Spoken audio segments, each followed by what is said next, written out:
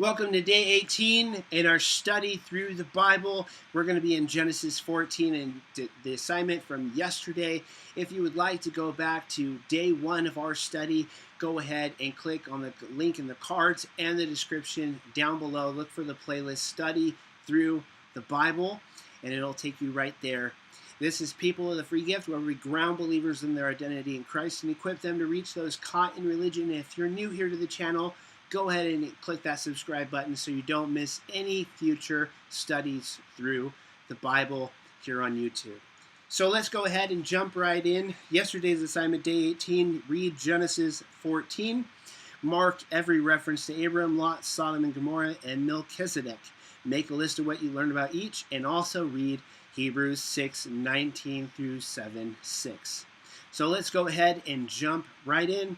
Genesis 14, verse 1. And it came to pass in the days of Amraphel, king of Shinar, Arioch, king of Ellasar, Chedorlaomer, king of Elam, and Tidal, king of nations, that these made war with Bera, king of Sodom, and with Birsha, king of Gomorrah, Shinab, king of Admah, and Shemeber, king of Zeboiim, and the king of Bela, which is Zoar. All these joined together in the vale of Siddim, which is in the Salt Sea.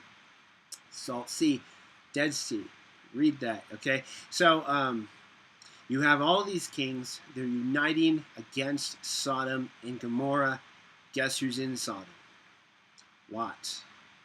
So Lot continues to be a thorn in Abram's side. Note what happens when you don't literally obey the commands of the Lord and the leading of the Lord in your life. It's not that curses rain down upon you, but there are consequences to our disobedience. So note that. 12 years they served Chedorlaomer, in the 13th year they rebelled. And in the 14th year came Chedorlaomer and the kings that were with them, and smote the Rephaims, and Ashteroth Karnaim, and Zuzims, and Ham, and the Emims in Shaveh Kiriathaim. This is one of those passages that you just kind of want like somebody to pronounce the words for you. Like just pull out the audio Bible and let them deal with it, right? And the Horites in their Mount Seir unto Elparan, which is by the wilderness. And they returned and came to Enmishpat, which is Kadesh, and smote all the country of the Amalekites and also the Amorites that dwelt in Hazazon Tamar. And so notice the Rephaims, the mention of the Rephaims. I mentioned before when we were in Genesis 6, the whole sons of God, daughters of men, that it's going to come into play after the flood, not just in that isolated passage. And so the Rephaims, take note of that. It's one of those particular tribes of people that are not quite human. Okay, and I'm just going to leave it at that. Go back to our Genesis 6 study if you don't remember what I'm talking about, or go ahead and ask it in the comments down below.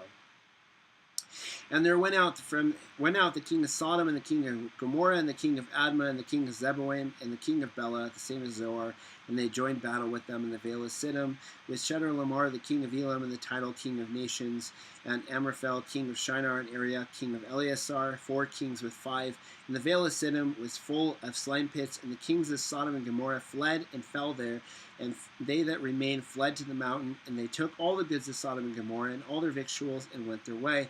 And they took Lot, Abram's brother's son, who dwelt in Sodom, and his goods, and departed. And there came one that had escaped, and told Abram the Hebrew, for he dwelt in the plain of Mamre, the Amorite, brother of Eshcol, and brother of Anor, and these were confederate with Abram. And when Abram heard that his brother was taken captive, he armed his trained servants, bore in his own house 318, and pursued them unto Dan. So Abram was not only rich, but he had an army. He had a trained militia that when he gets news, hey, they got Lot, then he goes after these multiple kings. Now, notice he also had his own allied nations, so to speak, and they go to war against these guys. Abram was a significant dude, okay? And he brought back all the goods, and also brought again his brother Lot and his goods, and women also, and the people. And the king of Sodom went out to meet him after his return from the slaughter in Chedorlaomer, and the kings that were with him at the valley of Shaveh, which is the Kingsdale. And Melchizedek king of Salem, brought forth bread and wine, and he was the priest of the Most High God. This is probably the most mysterious character in the entire Bible, this Melchizedek guy. And we're going to get into Hebrews and what he says, what the author of Hebrews says about him. But take note, for what we see here now, he's a king of Salem, and he brings bread and wine, and he's the priest of the Most High God.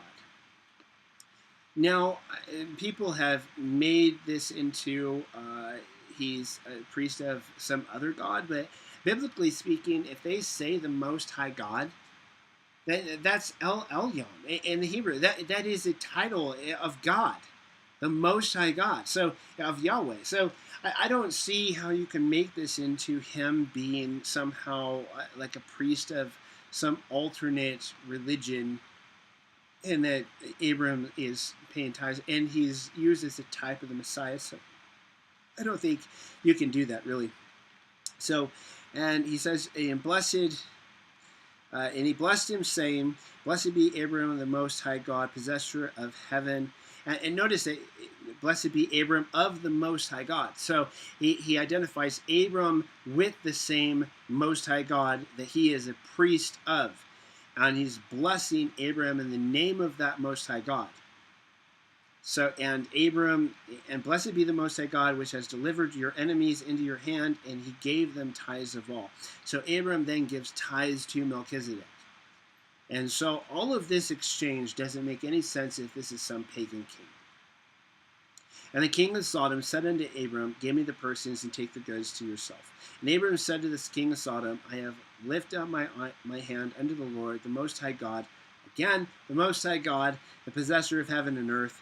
And it identifies him more, the possessor of heaven and earth. Who's the possessor of heaven and earth? That better be Yahweh that he's talking about. "That I will not take from a thread, even to a shoe latchet, and that I will not take anything that is thine, lest thou shouldst say, I have made Abram rich. Save only that which the young men have eaten, and the portion of the men which went with me, Aner, Eshcol, and Mamre, let them take their portion, which hope we have as an anchor." Okay, so that's the conclusion of Genesis 14 in the passage we're in.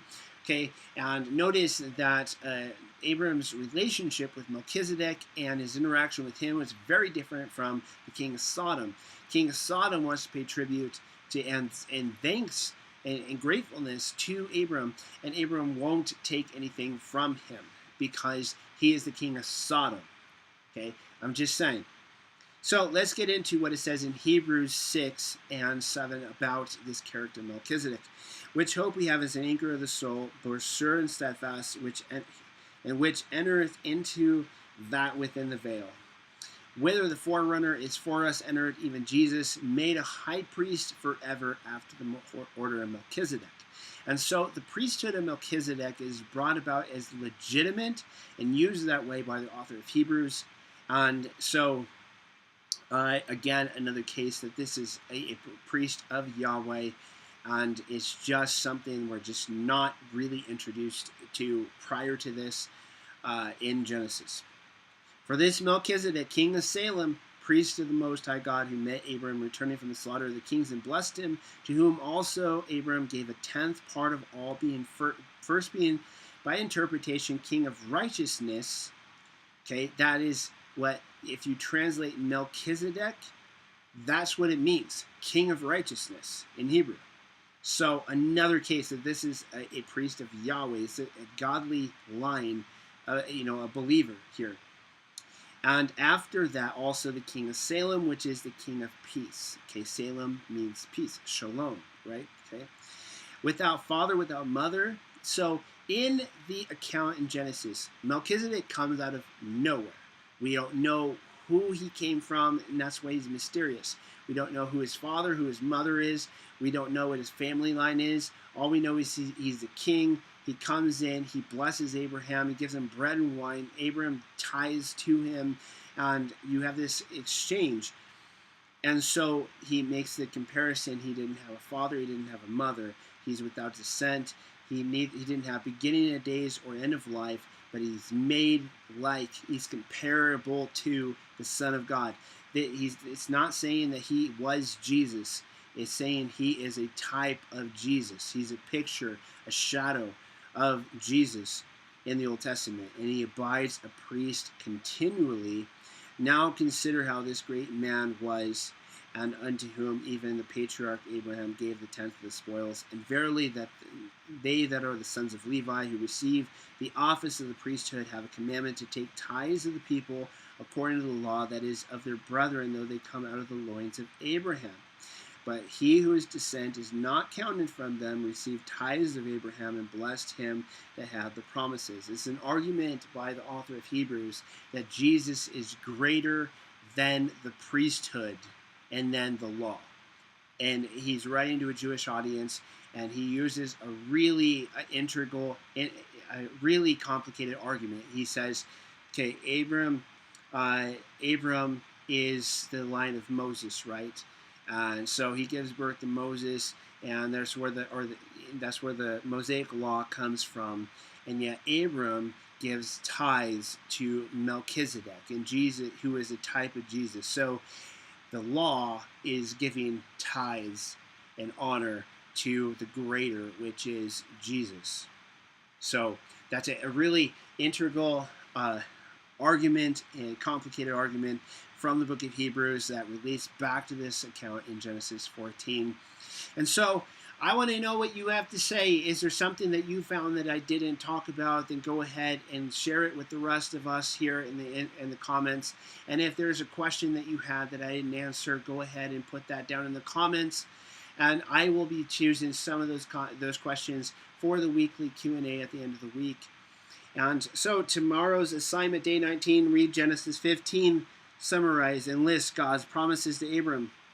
And mark the word covenant, then list what Abram did on that day, what happened, what God promised, and what God told Abram would come to pass. And so until, if you haven't already, subscribe to the channel, give us a thumbs up on this video, and share this with other people in your life who want to study the Bible, but they haven't been able to do so. Give them the resources they need, get them the answers to the questions that they have, and let's do it in community here on YouTube. And until next time, may God richly bless you.